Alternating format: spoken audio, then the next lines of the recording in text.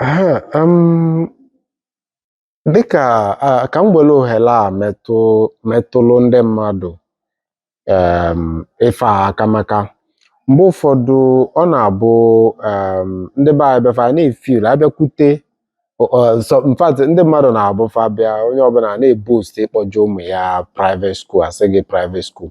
Now let's tell ourselves the truth maka ife asọlụ udo melụ is really encouraging, and and make people encouraged now, seriously, especially those in Anambra. But Jomoge community school, but Jomoge government school, feel okay about it. One thing most people are malo about private schools, Obana, 95% of private schools they make use of unqualified teachers. Go and investigate. They make use of unqualified teachers. If most of them they make use of, because private school is pure business, is meant for profit maximization. So most times if you na chokolobo, ndị fa ga-akwụ ụgwọ, ndị na-elefa ọnụ ana, ndị na-elefa cheap, none of them can afford the standard of teachers enwelu na government schools, because that level of teachers and the standard of teachers when a government school is only government that can afford it. It's only few private schools that can afford it, and most of them will intentionally not to, because it will be expensive for them, and because now school for profit making is a pure business. Obulo or there me because no like a kanwa gawa. Better go build business, because then we go that lapses, then we go that hole, that emptiness within our educational system. So they tap into it and they are taking advantage of it. So most of them will, before the market finish secondary school for a teacher, and most of them they change teachers serially. And when before one finish here, if I take one section. Change gole teachers 3-4 times, twice. Ofiala alo any of them nwatakịrị nwere ike nọ with teacher na-akụziri na private school ebido n'isi megide. No, most of those teachers nọ na private schools bụ just afụhụ ka emel ọnọla ebe ahụ nweta na better opportunity ọmapụla onwe, mana gọọmenti nwalụ standard teachers, and inekwa anya n'ife gbasalụ the most private schools, the environment, most of them we feel like onyanwaje high flat or walumelo school is not meant for is not a school environment. Alo lawyer ko bolo most of them, like I've had issues, several issues with the class ebe naga, but the private school ebe fa naga, because most private schools, because not building for higher. It's only few private schools in Welike learn their structure from scratch, But most of the ones for rent a building. Oh, we can rent a building. Our rooms soon on our MLO classes. Most of those rooms, these are basic normal rooms, non a flat. And the size of the vent, non-able vent ebe mmadụ na-alalụ normal room. Abịazie welu ụmụaka 30-40 park ya n'ime, the vent won't be enough. And the structure of the building is not built for that, it contains that large number of people. But they don't care. It's business, and also is also what is available for them. So, but government schools, most of those private schools too, iputa fenwela the space, the adequate for school environment. So it's only government school well all these facilities. Their buildings are built, designed from scratch as a school, depending on the type of school it should be. Now, some of them maybe they dilapidated or badly managed and all that. But this is the time we get involved. The community, the community leaders get involved, follow up what is happening there. Apart from the fact that more people, education at a cheaper cost. They have more professional teachers. They have more adequate environment for learning. So ka anyị malụgodu na these are steps Oludo take ka anyị nye encouragement, ka anyị nwa nọ within our communities put in our own best. Recently, in Ekwulobia, the Ekwulobia indigenes based in Canada and US, jidelu one of the hostels nọ na one of the community secondary schools in Ekwulobia, renovate it, turn it into something very wonderful. Now, something that even best private school around here, and well, the kind of facility family that place is a public school, it's a government school, but now they have that standard facility with, well managed, with solar borehole, water available everywhere, good uh, um, if I toilet system and a lot of things. Now they're making make arrangement. Have digital library. Now these things now MLA, it will be affordable. It will be standard. It will be managed properly. Ma ọ bụrụ na anyị nwa na-enyekwu anya na ya, because most times anyị bịa anyị na-eme na ife gọọmenti agbasala anyị, ife ọbụla ọ bụ gọọmenti nwa ọ gbasala anyị chefuzie na ọmụ na gị bụkwa gọọmenti ahụ. Na government property were our property, and the community itself were our community. Ọ dị mma na that community, ọ dịla anyị niile. Ọ dịkwanụ njọ, enwere ike feel na gị nwa mere escape now, it will come round because we are all connected in one way or the other. Every individual, not in a particular given geographical location, we are all connected, and you are connected to even other things within that environment. So it's time we begin to get conscious of our environment, conscious of what other people are doing. Onwe ife adịlọ mma na-aga na your environment, make sure na those things na stop there, because by the time the cycle completed, onye everybody nsogbu.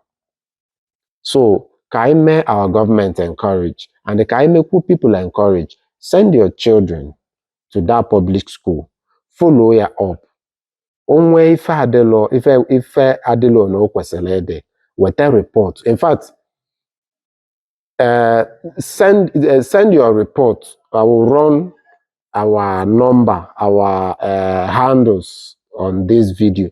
Onwe observation ị nwere, school ọbụla nwere ife ekwesịrị ị na-eme ebe ahụ a na-eme, report ọla anyị. Ọ bụrụ na ị malụ ebe ị ga-ada report ọla anyị. Mụnwa ga-emeke sure na that report na efollow up.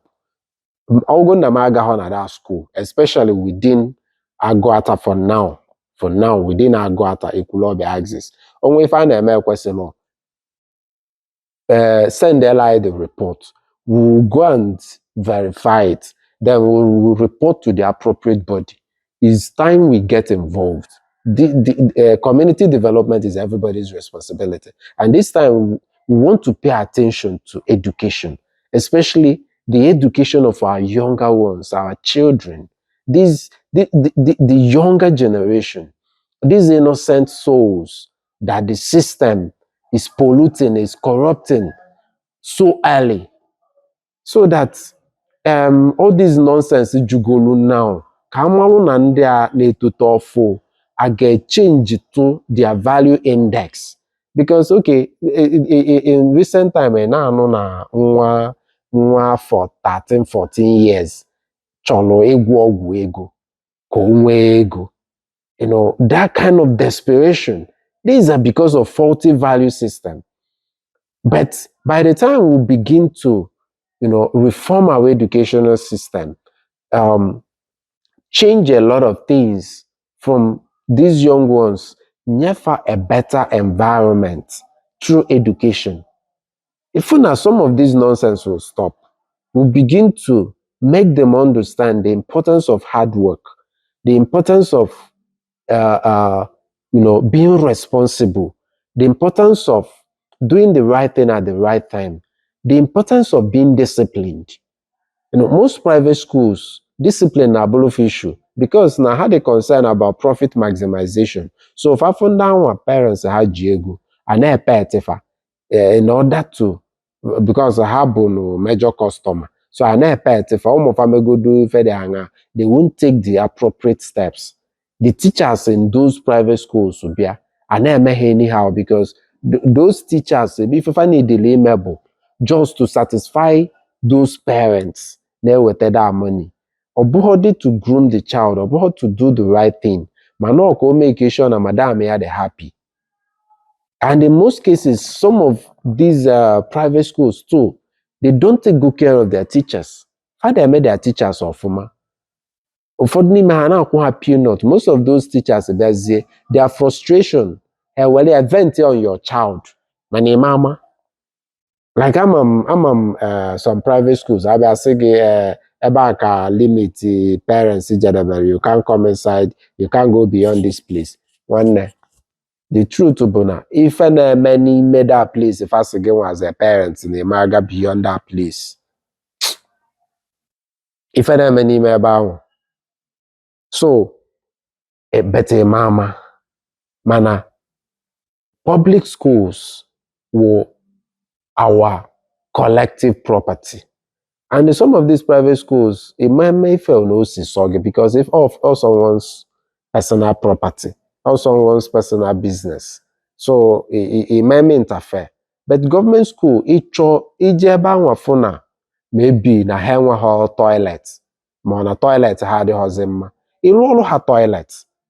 It's still part of your community development. It's still part of your community. It's still part of helping those children. Mana ọ bụ na private school ya eje lụrụ nwoke ibe gị ma nwaanyị ibe gị business ya ijezie si ya ka o mee ya na mba na it doesn't make sense. Enwere ike echi self that is turn other place to another thing because of private business ya. Mana ọ bụ na nke government is still our collective property. Onwe ife ọbụla ichepụtara ị ga meelụfa ma nwa gị ọ nọ ebe anwa like nke anwa alụlụ those Nigerian ekwulobia indigenes based in Canada and US bịalụ mee na ekwulobia urban girls. None of them, all the people contribute to, you know, the project cost over 50 something million.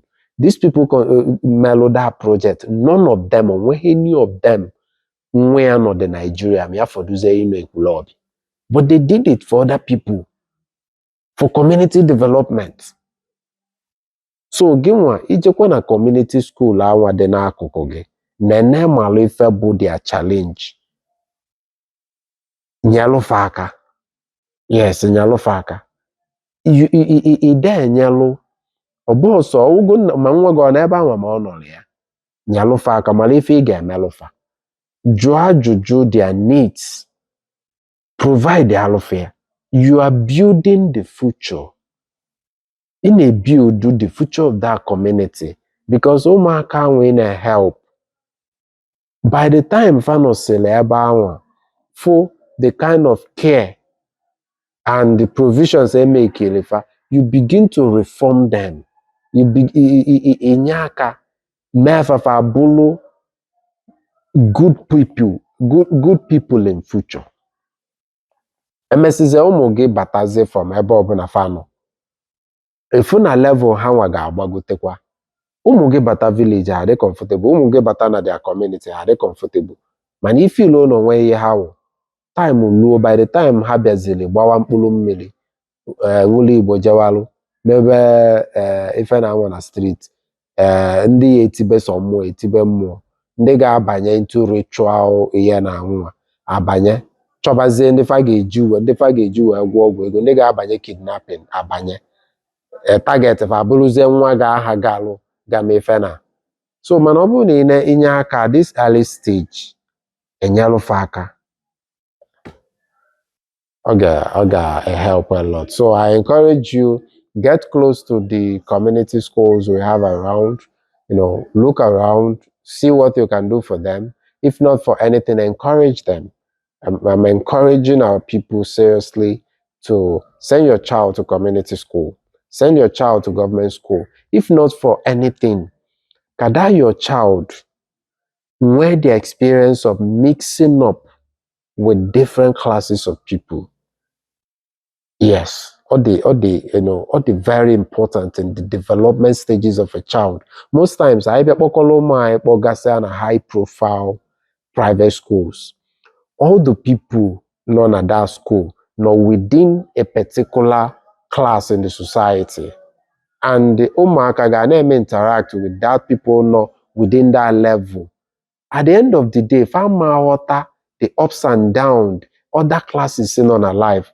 Mana faga na that community school, they will be able to interact with like those high profile private school. Onweghị onye mama ya na-ele vegetable na the local market ga-emenwe ya afford.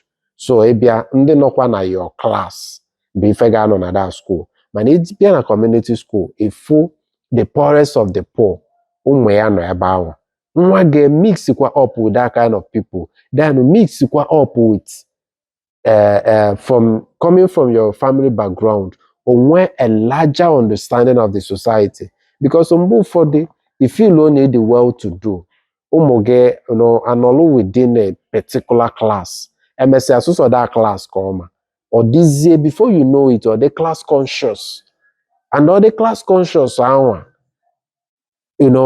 social values ya nwalụ ka ọ ga-adị. Omenwe that flexibility and a larger understanding of the society, which is very important to have a balanced understanding of what life is all about. So, ka anyị nye consideration. Ekene m unu.